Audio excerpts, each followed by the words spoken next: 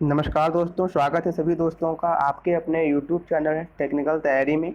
दोस्तों आज मैं आप लोगों के लिए असिस्टेंट बोरिंग टेक्नीशियन एग्ज़ाम से रिलेटेड प्रैक्टिस सेट नंबर 9 लेकर के आया हूं। इस वीडियो में दोस्तों 25 क्वेश्चन हैं, जिसमें से आपको टारगेट बनाना है कि 25 में से 25 क्वेश्चन सही करना है। प्रत्येक क्वेश्चन का आंसर दोस्तों आप अपनी रफ कॉपी में नोट कर लीजिएगा।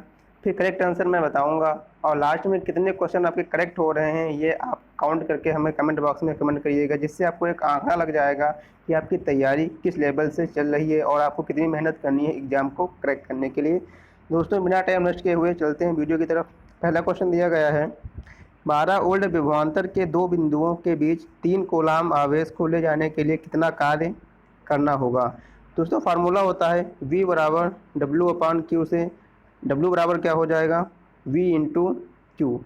विभवांतर दिया गया है 12 वोल्ट का और आवेश आपको दिया गया है 3 कूलाम का। बातियाँ 36 अर्थात 36 जूल आपका कार्य आ जाएगा। ऑप्शन सी इस क्वेश्चन का राइट आंसर हो जाएगा। अगला क्वेश्चन है, एक तार में 15 मिनट में 450 कूलाम आवेश प्रवाहित हो तो विद्युत धारा का मान क्या होगा। दोस्तों इसमें कौन सा फार्मूला अप्लाई करेंगे आप, Q बराबर आई टी से आई आपको निकालना है, तो Q बराबर आई टी से आई बराबर Q/T हो जाएगा।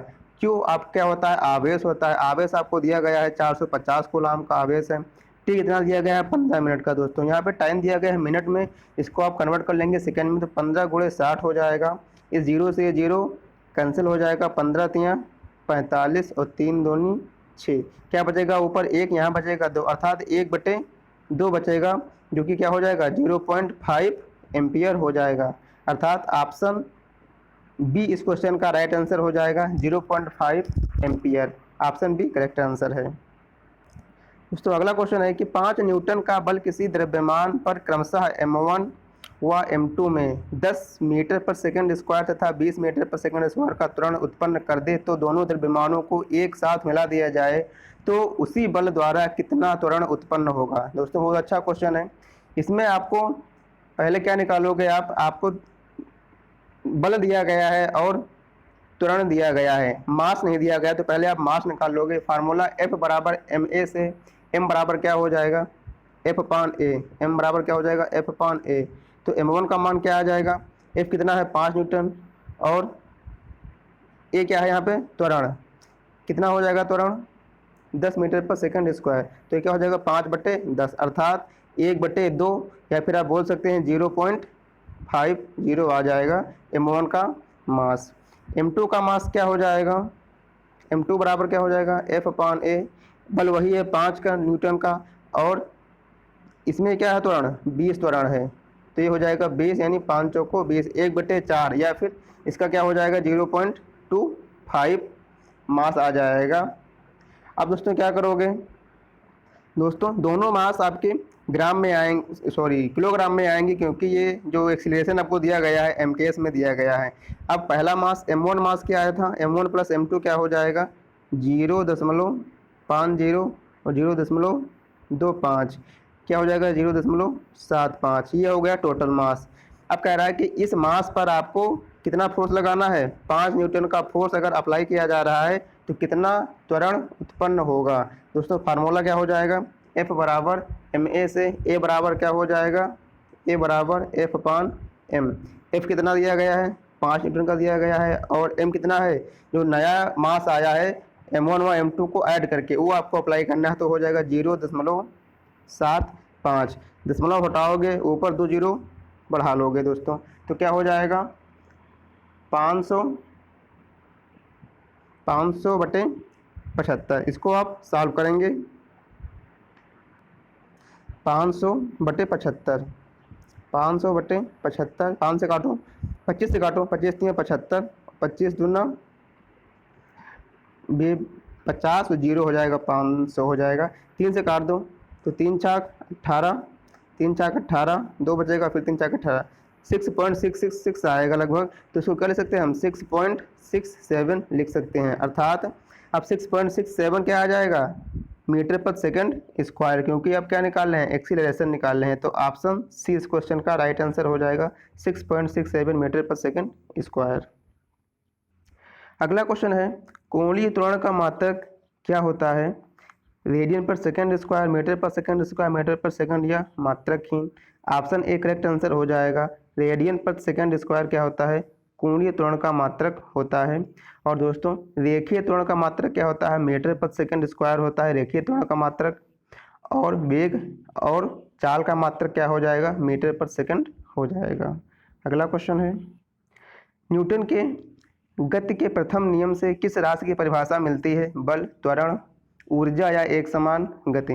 दोस्तों जो न्यूटन का फर्स्ट लॉ होता है, तो फर्स्ट लॉ के अनुसार क्या होता है कि किसी बाह्य बल के अभाव में वस्तु की गति या विरामावस्था में कोई परिवर्तन नहीं होता है, अर्थात यह एक समान गति को परिभाषित करता है या व्यक्त करता है। तो ऑप्शन डी इसका करेक्ट आंसर हो जाएगा, एक समान गति।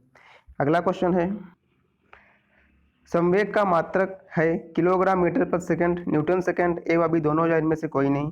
दोस्तों संवेग क्या होता है? P बराबर mv होता है। m अर्थात किलोग्राम और v अर्थात वेग यानी मीटर प्रति सेकंड। तो एक तो मात्रक क्या हो जाएगा? किलोग्राम मीटर प्रति सेकंड।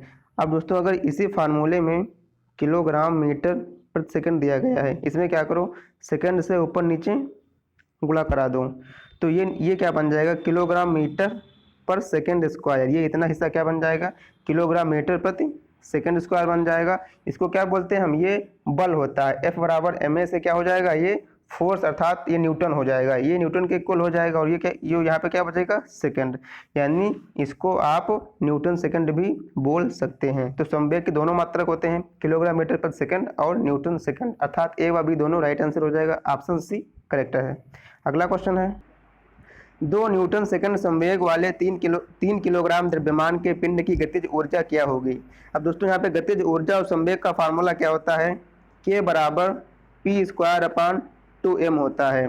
पी स्क्वायर क्या है? यहाँ पे p संवेग है। संवेग कितना दिया गया है?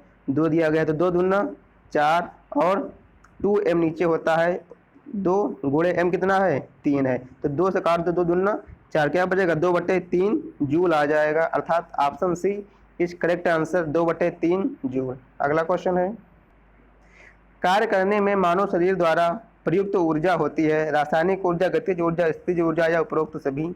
ऑप्शन ए करेक्ट आंसर हो जाएगा, रासायनिक ऊर्जा।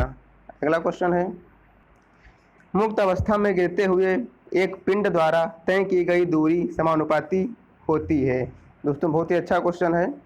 देखिए फ्रेंड्स, अगर कोई वस्तु या कोई पिंड ऊपर से गिराया जा रहा है, ऊपर से गिराया जा रहा है नीचे की ओर, तो इसका प्रारंभिक वेग u क्या हो जाएगा? 0 हो जाएगा। अब इसमें क्या आपको निकालना है? अब इसमें आप न्यूटन का सेकंड लॉ जो होता है, h बराबर ut plus half G T square apply करेंगे। h बराबर ut plus half G T square apply करेंगे, तो u क्या है? 0 है, तो ये पूरा टर्म क्या हो जाएगा? 0 हो जाएगा। तो आपके पास क्या बचेगा? h बराबर हाफ जी टी स्क्वायर।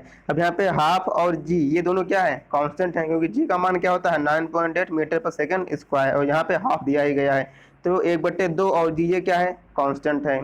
तो ये क्या बचा? एच जो है वो टी के डायरेक्टली प्रोपोर्शनल है, समानुपाती है किसके? टी स्क्वायर के, यानी टी क्या है? यहाँ पे टी समय है। तो क्या हो जाएगा करेक्ट आंसर? गिरने के समय के वर्ग के क्या होता है? समानुपाती होता है। तो ऑप्शन डी इसका करेक्ट आंसर हो जाएगा।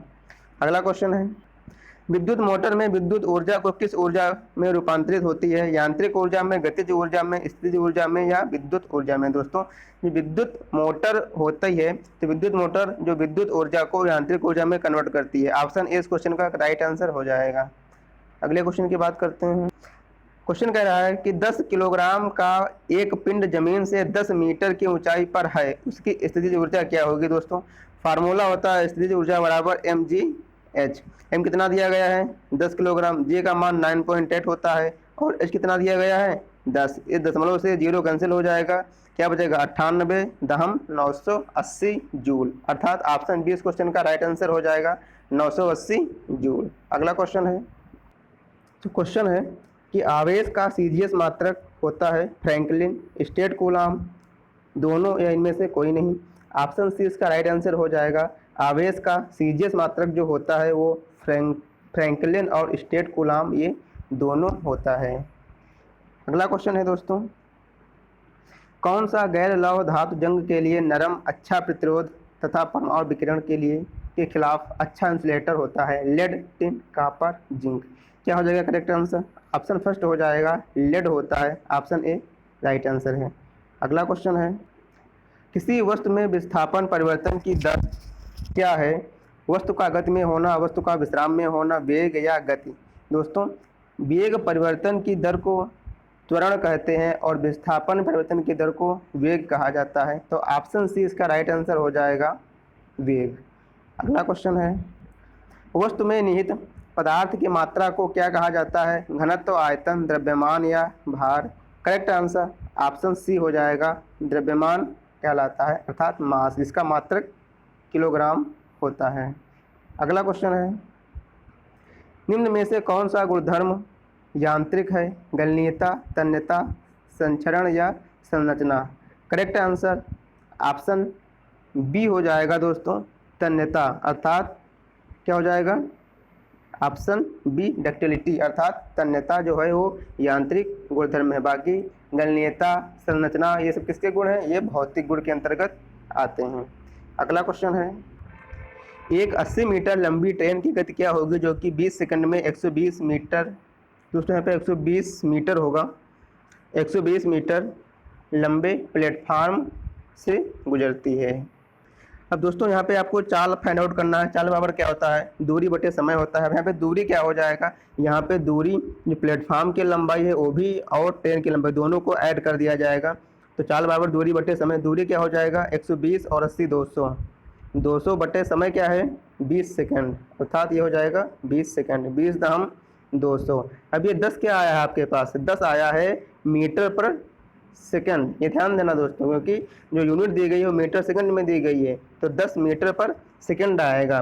कोई ऑप्शन तो आपके पास मिल नहीं रहा है, 10 किलोमीटर पर घंटा मिल रहा है, ये ऑप्शन आपका गलत है दोस्तों। कन्फ्यूज मत होना, एग्जाम में जल्दबाजी में गलत हो जाता है, ऐसे ही ये गलत है। आपका जो आंसर आया 10 मीटर पर सेकंड आया है, और जो आंसर यहाँ ऑप्शन में दिया गया है ये दिया गया किलोमीटर पर आवर में, तो क्या करोगे? मीटर पर सेकंड को किलो आवर में चेंज कर लोगे।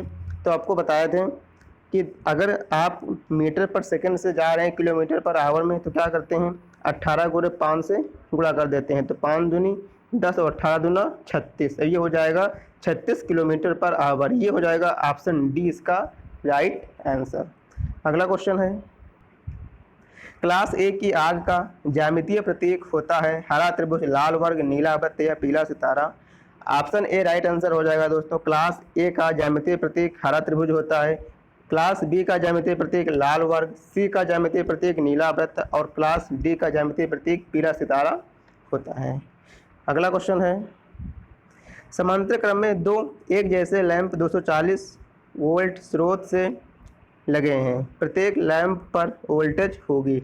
अब दोस्तों समांतर क्रम की बात कहा है तो समांतर क्रम में जो रेजिस्टेंस लगे होते हैं दोस्तों, समांतर क्रम में क्या होता है? वोल्टेज समान होती है और धारा जो होती है वो भिन्न भिन्न होती है। और श्रेणी क्रम में क्या होता है? इसका उल्टा हो जाता है। तो इसमें समांतर क्रम में वोल्टेज समान होगी, तो 240 वोल्ट का जो यहाँ पर लगा हुआ है, तो 240 प्रत्येक लैंप पर क्या होगा? 240 वोल्ट का करंट होगा। तो ऑप्शन सी इस क्वेश्चन का राइट आंसर हो जाएगा, 240 वोल्ट ही रहेगा, क्योंकि समांतर क्रम की बात कहाँ है।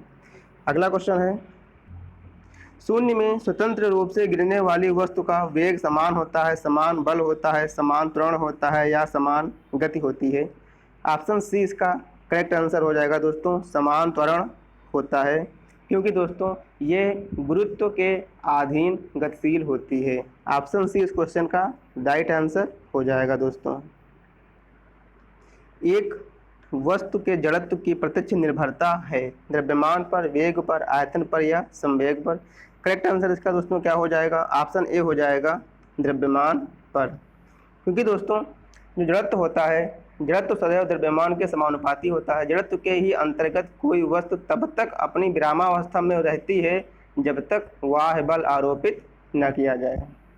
अगला क्वेश्चन है, दुर्घटना की अप्रत्यक्ष लागत निम्नलिखित है, घायल श्रमिक के खोए हुए समय की लागत? ऑप्शन सी इस क्वेश्चन का राइट आंसर हो जाएगा दोस्तों। अगला क्वेश्चन है, एसआई प्रणाली में प्रतिबल की इकाई क्या है दोस्तों? प्रतिबल क्या होता है? प्रतिबल बराबर बल बटे क्षेत्रफल होता है। बल का मात्रक न्यूटन और क्षेत्रफल का मात्रक क्या हो जाएगा? मीटर स्क्वायर, अर्थात ऑप्शन सी इसका राइट आंसर हो जाएगा, न्यूटन प्रति मीटर स्क्वायर। अगला क्वेश्चन है, सोल्डर मिश्र धातु होती है। दोस्तों सोल्डर में क्या क्या होता है, लेड और टिन अर्थात Sn और Pb, ये होता है सोल्डर में। ऑप्शन ए इस क्वेश्चन का राइट आंसर हो जाएगा, लेड और टिन।